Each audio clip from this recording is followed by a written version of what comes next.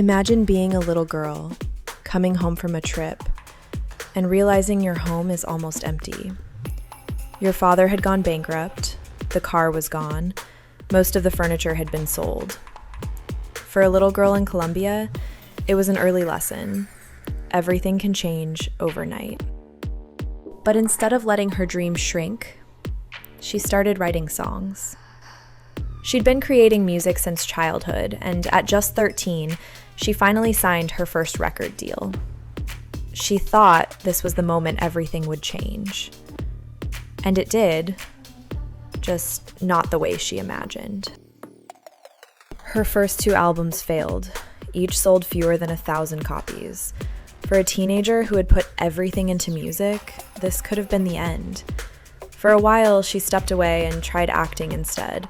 But one thing never stopped. She kept writing. Then, in 1995, she came back with a new album, Pies Descalzos. And this time, people listened.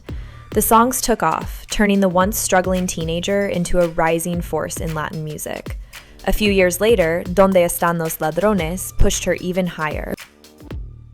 But one huge wall still stood in her way: the English-speaking market. For a Colombian singer, breaking through wouldn't be easy. So she worked on her English and began writing her own songs in the language. Then, in 2001, she released the album that would change everything. That album was Laundry Service, and suddenly the whole world knew her name: Shakira. Whenever Wherever exploded worldwide. Then came Hips Don't Lie and Waka Waka.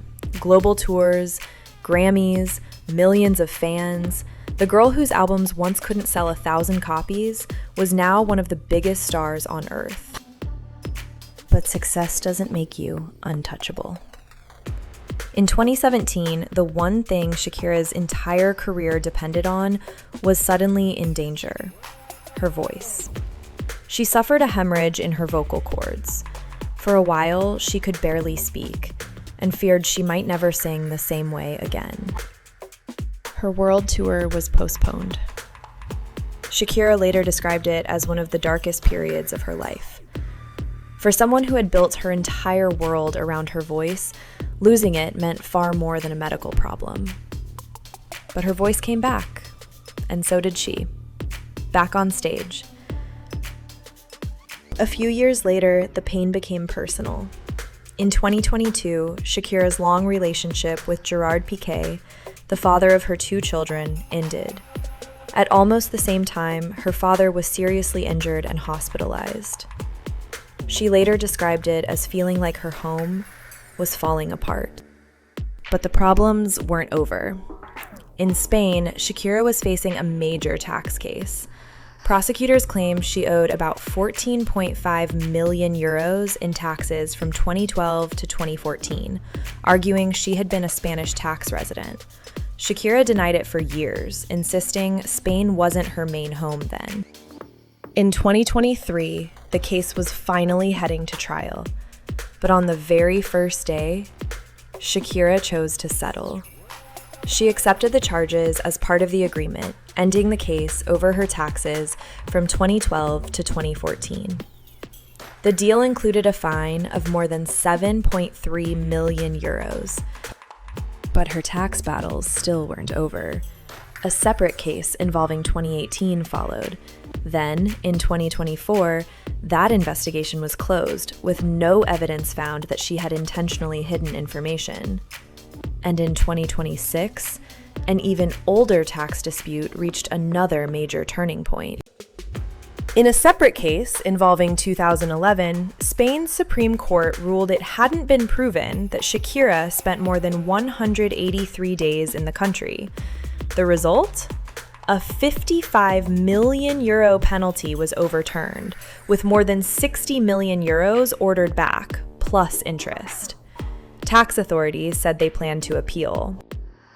Through heartbreak, her father's illness, and years of legal battles, Shakira returned to what she'd always known: writing.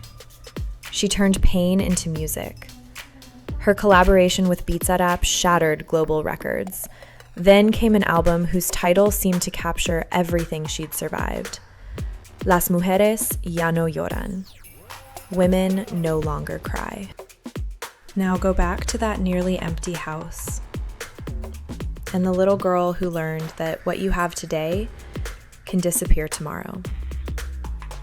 She found money, fame, love, then nearly lost her voice, lost her relationship, and faced years of legal battles. Each time, she had to rebuild herself. Maybe that's what Shakira's story is really about. You can't always choose what life takes from you, but you can choose what you build with what's left. This is Tel Aviva, true stories, real impact. Subscribe and tell us in the comments what story you want next. See you in the next one.